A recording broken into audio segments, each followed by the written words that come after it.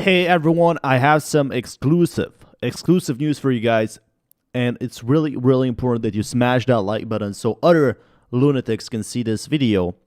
But if you're a lunatic, comment hashtag Luna or comment I'm a lunatic down in the comments below, or I'm holding Luna, because I'm really curious if you're holding Luna or if you just stumbled this video by random, because you're really lucky. This time we're gonna be looking at something else. We're gonna be looking at 2 billion Bitcoin reserves. Where did that all go? And this is some exclusive articles posted, that we can finally check what happened with the 2 billion Bitcoin reserves. If you didn't know, Terra actually did have or has had a Bitcoin reserve, a 2 billion one.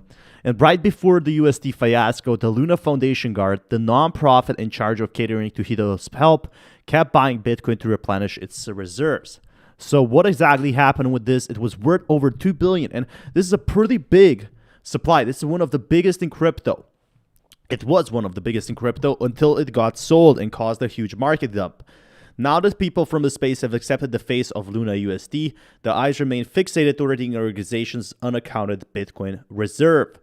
Over a weekend, TERRA founder Daquan took Twitter to share that the team was working on documenting the use of Luna Foundation Guard's reserves during the depegging event. He had simultaneously requested the community to remain patient. He said the team is very busy. Nonetheless, people have already lost their cool and have started assessing things like the lack of statement is the statement. People were not happy. There was no statement at all. But obviously, I kind of get the Terra Luna team here. You got to ask yourself, if you cannot do anything, at all, like, what is going on? Like, if this happens to you, of course people will do it. Of course people will not do anything if they're not able to do anything. That's what I'm trying to say here. But where did the Bitcoin actually go? What happened? What went on? And out of its total reserves, LFG provided a loan of $750 million in Bitcoin to over-the-counter trading firms and its market makers last week to help protect the US peg. So that is something to consider. Per basic math, post providing the loan, the foundation should have been possessing Bitcoin worth at least 1.2 billion reserves. Per data, the balance was down to 0 per week. So this is really crazy. So USD reserves were sold, and a loan of 750 million Bitcoin to over-the-counter trading firms and market makers last week to help protect the USD peg. So obviously, this Bitcoin didn't get sold on the market. That's why otherwise the market would crash really bad. But instead, it got sold, to someone to hold that Bitcoin for them instead of crashing the market. Alongside the foundation's publicly known wallet address depicted a 0 Bitcoin balance, the press time confirming the same. Even though it's not clear exactly where Luna Foundation has sent its Bitcoins, the most common speculative theory suggests that the foundation has abounded in all its Bitcoin. Blockchain analytic platform Elliptic used its software to follow the money trail and discover the fate of Luna Foundation Bitcoins.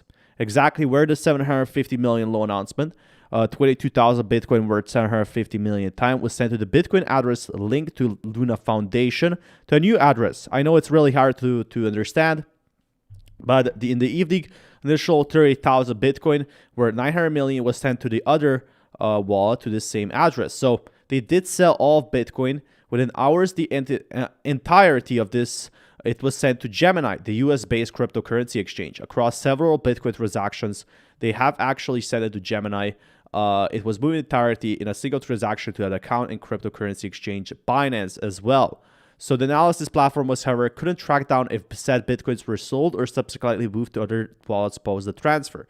Now, what happened, however, is Luna Foundation has said that they sold these Bitcoins, or we're not sure if they moved to other wallets. So I'm guessing they were sold. I'm guessing they were sold over the counter, and that's what happened. It really stops its tracks there, but you can kind of get this exclusive news of what happened with all the 2 billion, how exactly 2 billion moves. And right now, we could be seeing a lot more in the future. So if you want more content like this, be sure to smash that like button. I'll keep you guys updated with more news. I think Terra Luna is gonna do a lot of things in the future. I think the Terra Luna Foundation is gonna, do a recovery plan, is working very hard on getting Terra Luna back on track, because they have been working on it for years. They have been working on it since 2017, and they're not gonna give up now. But of course, they were set back due to various reasons.